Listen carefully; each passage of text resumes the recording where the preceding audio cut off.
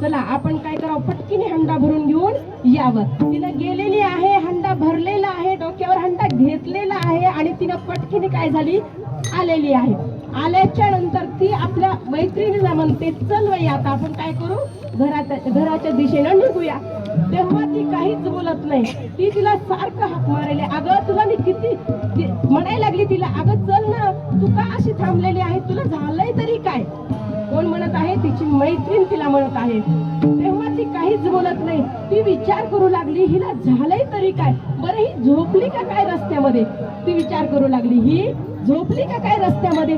झोपली म्हणावं तर अर्ध निम्न डोळे कसे आहेत तिचे, उघडे. एक पाय काय केलेला आहे, समोर टाकलेला आहे. झोपली तरी तिला कसं म्हणावं, तिला काहीच कळेना झालं. तिनं काय केलं माहितीये का, जोर जोरानं म्हणायली, कारण ती देहावरच नव्हती ना. ती देह भान पूर्ण काय झालेलं होतं, तिचा हरपलेला होता. तिनं तिचा हंडा जो आहे स्वतःचा खाली ठेवला, तिच्याकडे गेलेली आहे.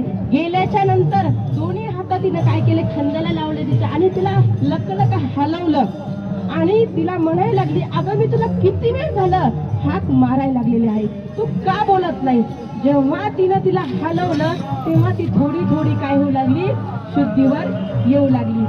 मग जेव्हा ती शुद्धीवर येऊ लागली, बघा परमार्थामध्ये देह भान होऊन काय झालेला आहे, अनुभव जेव्हा येतो, मनुष्य देहावर नसतो बरं का.